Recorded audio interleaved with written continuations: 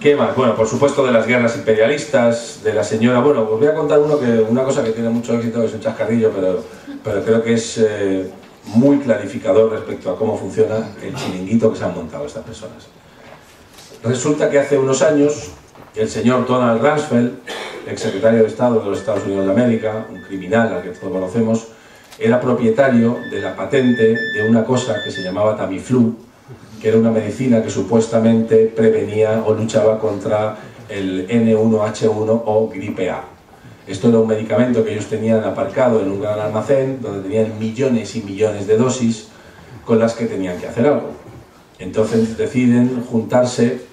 en la Organización Mundial de la Salud para ver qué coño hacemos con todas estas millones de dosis de la vacuna Tamiflu que el señor Rumsfeld necesita darle salida y sacar unos durillos del asunto. Entonces llaman a un grupo de personas de muchos países democráticos, por supuesto, del mundo, para ver cómo hacemos para dar salida a todos estos millones de dosis.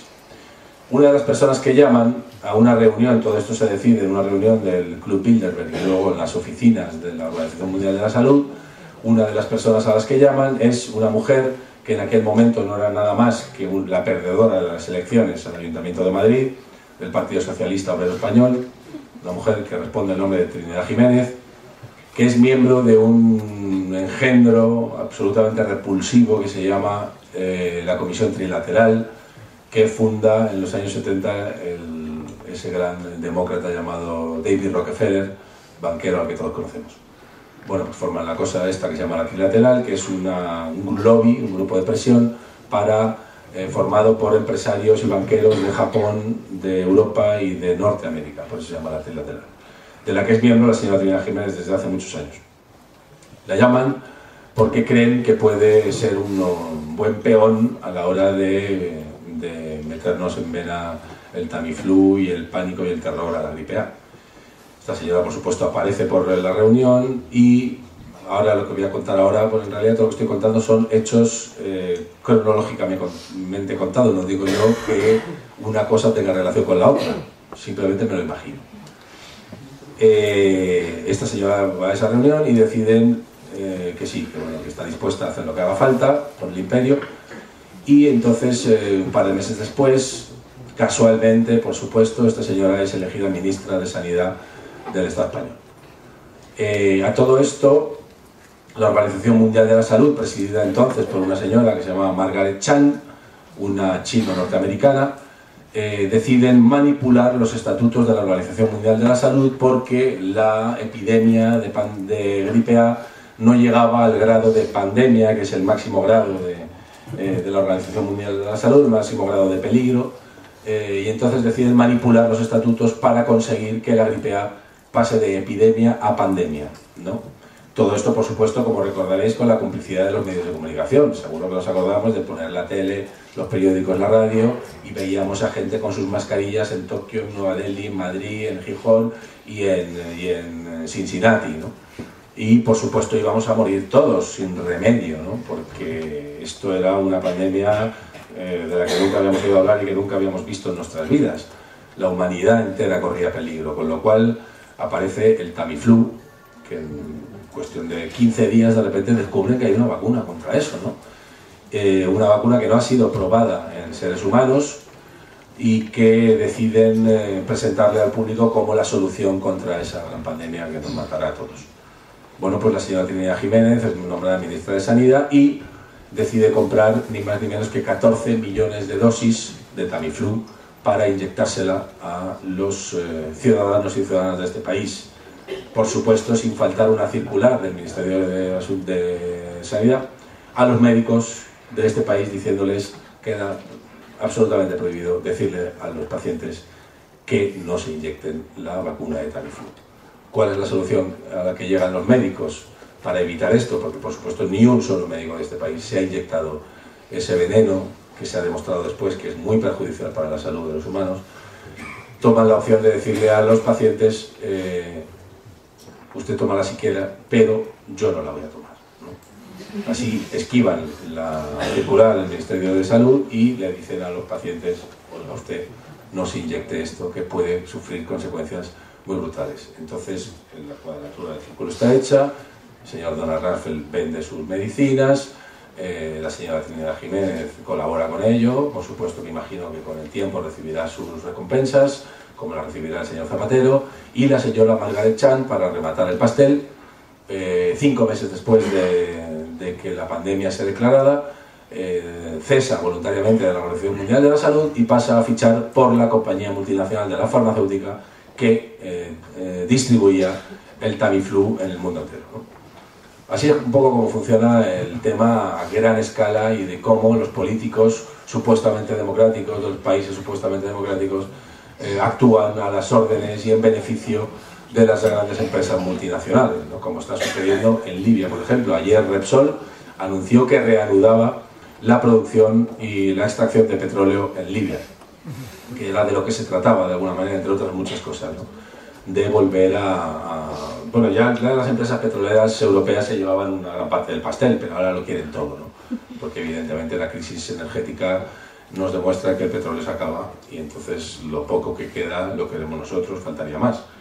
Entonces el gobierno, pues una vez más, no tiene el mínimo reparo de subirse a un misil de uranio empobrecido a 1,5 millones de euros cada misil y lanzárselo contra la población indefensa de Libia, con la connivencia de todos, o prácticamente todos los partidos políticos de este país, excepto Izquierda Unida y el BNG, incluso con el aplauso de estos señores nuevos que se llaman EQUO, que pretenden ocupar un espacio dentro de la izquierda y que no son nada más que un nuevo movimiento del capital para quitarle y restarle votos a los partidos auténticamente de izquierdas de este país, ¿no? El señor este del Greenpeace, que no ha salido de su oficina en su vida, y que hace 3 años o 2 años y medio, para salir a los medios, decidió hacerse detener en una cumbre climática en no sé dónde. Y se están llevando pues, a gente como Inés Abanés, etcétera, etcétera, que presumen de izquierdistas y que están simplemente desactivando los movimientos políticos de izquierda. Estoy cabreado porque no me han llamado. Yo quería ir número 1 de ECO por Madrid, pero está el otro. ¿Qué más? La monarquía, la iglesia, algo, yo qué sé.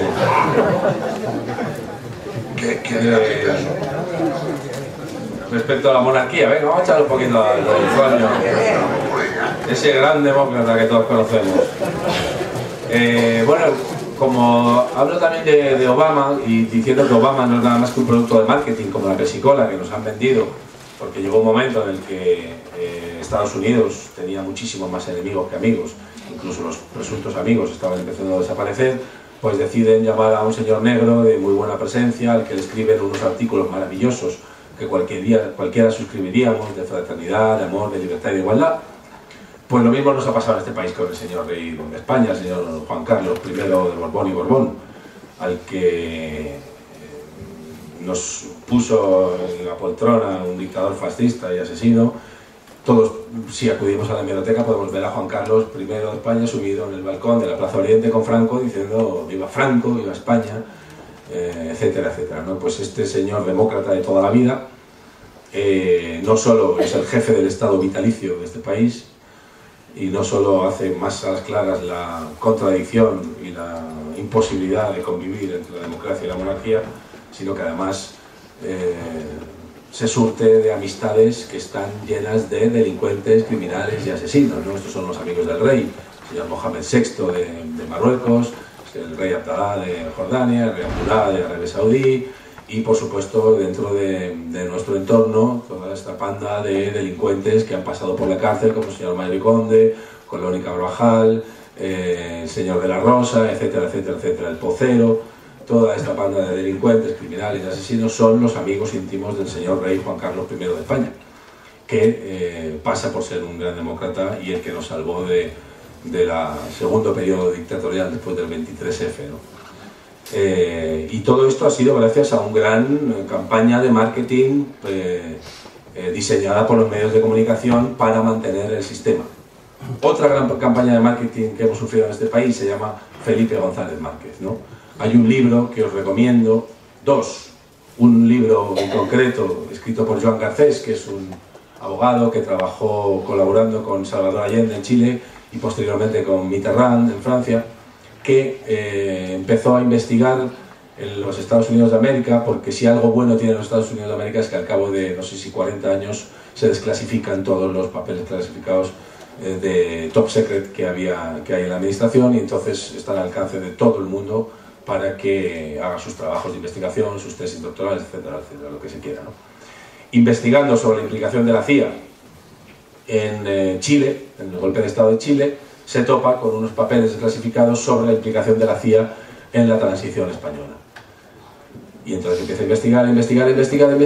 y al final un libro que pretendía que fuera sobre la implicación de la CIA en Chile se divide en dos partes, una la CIA en Chile y otra la CIA en España. Este libro se llama Soberanos e Intervenidos, por si os apetece leerlo, creo que es fundamental, porque es un libro que nos habla muy a las claras con documentos oficiales de cómo los Estados Unidos de América, a través de la CIA, cuando ven en los finales de los años, mediados de los años 60, que Franco no le debe quedar mucho, y que tienen, por supuesto, que monitorear la transición de España desde el fascismo puro y duro nacional católico al capitalismo neoliberal, militarista, etcétera, etcétera. Y en este libro cuenta cómo hacen una investigación de campo buscando a los posibles hombres y mujeres que estuvieran dispuestos a participar activamente en esa transición presuntamente democrática después de la muerte de Franco. Y uno de sus peones se llama Felipe González Márquez, al que, protegido por el gobierno de Franco, sacan de España, lo llevan al famoso Congreso de Suresnes, lo nombran secretario general del Partido Socialista Obrero Español sin que nadie lo conociera de nada, y decide impulsar todas esas reformas neoliberales, capitalistas, militaristas en el Estado español, entre ellas el ingreso en la OTAN, las reconversiones industriales, la ley de partidos posterior, o sea, la ley de amnistía, perdón, en fin, todas esas colaboración del Partido Socialista Obrero Español con el capitalismo, con el neoliberalismo y con la OTAN. Es otro producto de marketing que nos vendieron como gran demócrata y que ahora vemos dónde anda, ¿no? Este señor que privatizó gas natural, o Endesa, ya no me acuerdo, ahora es consejero de gas natural. Este señor que privatizó gas natural ahora es consejero delegado de gas natural a razón de 160.000 euros todos los años, ¿no? Por supuesto, sin contar con la amistad profunda que le une al régimen criminal de Marruecos y a grandes cantidades de dinero que ha sacado de su colaboración con el régimen marroquí, entre otras cosas el Mundial de Fútbol 2010, que al final se llevó Sudáfrica. Uno de los países que optaban a ese Mundial era Marruecos, y Felipe González Márquez era uno de los miembros destacados del Consejo de Dirección, o como cojones se llama eso, de promoción del Mundial 2010 para Marruecos, aunque él siga negando repetidamente que no tiene nada que ver con el rey de Marruecos. Os estoy dando la chapa mucho, ¿no?